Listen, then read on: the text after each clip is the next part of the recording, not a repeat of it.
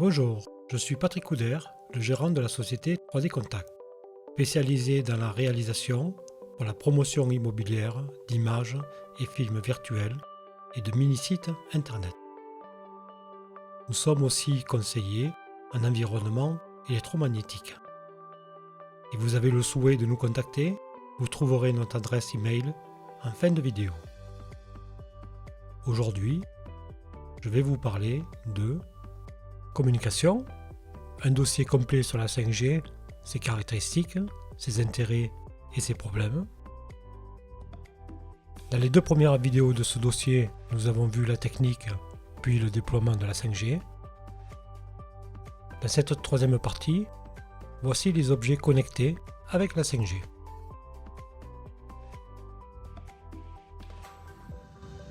Premier point, les objets connectés sont du type domestique ou industriel, comme l'électroménager, la musique, la télé, la hi-fi, l'outillage, l'hygiène, les jouets et tant d'autres.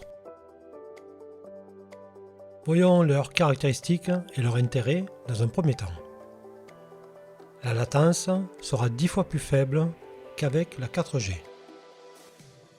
Un intérêt économique évident pour les industriels, une attractivité nouvelle et ludique pour les particuliers.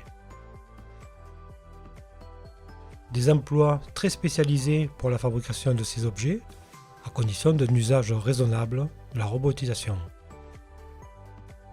Voyons maintenant quelques problèmes induits. A-t-on un besoin réel de ces objets ou est-ce un besoin provoqué par notre société de consommation à outrance? La communication se fera de machine à machine avec une réduction des échanges entre humains. Des émetteurs d'ondes dans tous ces objets domestiques participant au brouillard appelé électrosmog, une pollution et un harcèlement publicitaire par les robots informatiques accrus, et pour finir, le danger du piratage informatique. Deuxième point, le transport. Quels sont les intérêts des véhicules autonomes, particuliers ou collectifs et de logistique? La régulation du trafic routier et la diminution des accidents de la route sont les intérêts souvent cités. N'oublions pas toutefois les intérêts évidents des constructeurs automobiles par le développement et le renouvellement des véhicules et bien sûr l'intérêt des opérateurs de téléphonie mobile. Voyons maintenant quelques problèmes. Pour les particuliers et les sociétés, le coût d'achat des véhicules sera plus élevé. On nous parle de véhicules autonomes. Si nos futurs véhicules ont besoin de la 5G pour fonctionner, ils ne seront pas autonomes. Pire, il y aura danger en cas de problème de réseau. Et en cas d'accident, qui sera responsable? Des professions risquent de disparaître. Conducteurs, livreurs, taxis, auto-école. Comment se fera la cohabitation avec les véhicules non autonomes? La vie privée sera bafouée, les déplacements surveillés, enregistrés. Quelle protection face au terrorisme, par exemple, d'un véhicule piloté et rempli d'explosifs? Troisième point, la chirurgie et la santé. On nous promet la médecine et les opérations à distance pour lutter contre les déserts médicaux. Comme pour les véhicules connectés, il y aura danger pour le patient en cas de coupure de liaison. Les chirurgiens et les patients prendront-ils le risque?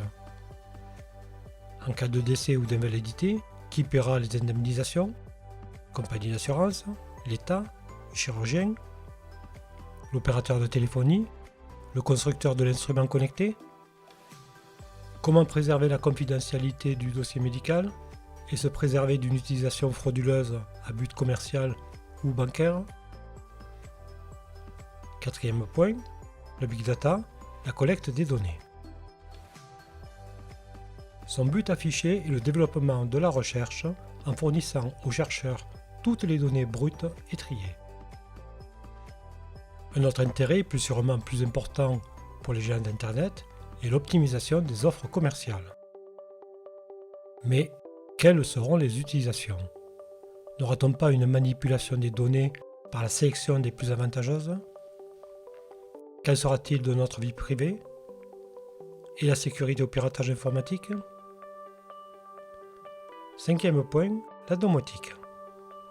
Elle a pour but le pilotage intérieur ou à distance des habitations et lieux de travail.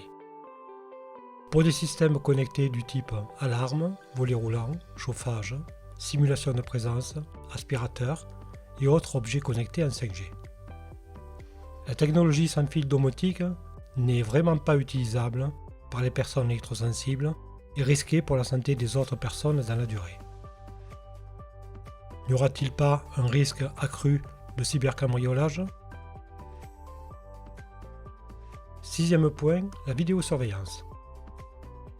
L'utilisation généralisée de la reconnaissance faciale par les caméras dans les villes, les gares, les aéroports permettra la vidéosurveillance humaine ou automatique pour prévenir les vols à la tire, les cambriolages et le terrorisme. Comment sera protégée notre vie privée?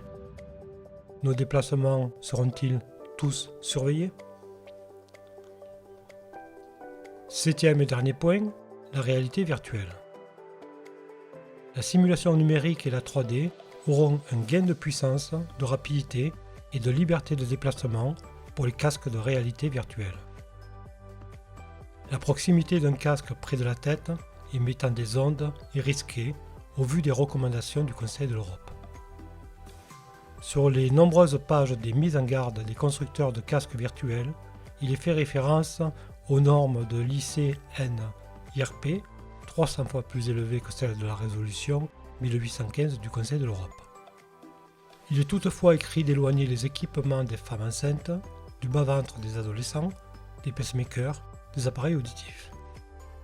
Ce type de casque sans fil Bluetooth, Wi-Fi ou 5G n'est vraiment pas recommandé pour un électrosensible ou pour une personne soucieuse de sa santé vis-à-vis des ondes électromagnétiques de haute fréquence. Cette vidéo sur les objets connectés 5G se termine. La prochaine partie de ce dossier concernera la téléphonie. Si vous souhaitez nous contacter, vous pouvez nous envoyer un email à l'adresse 3d-6contact@orange.fr. À bientôt.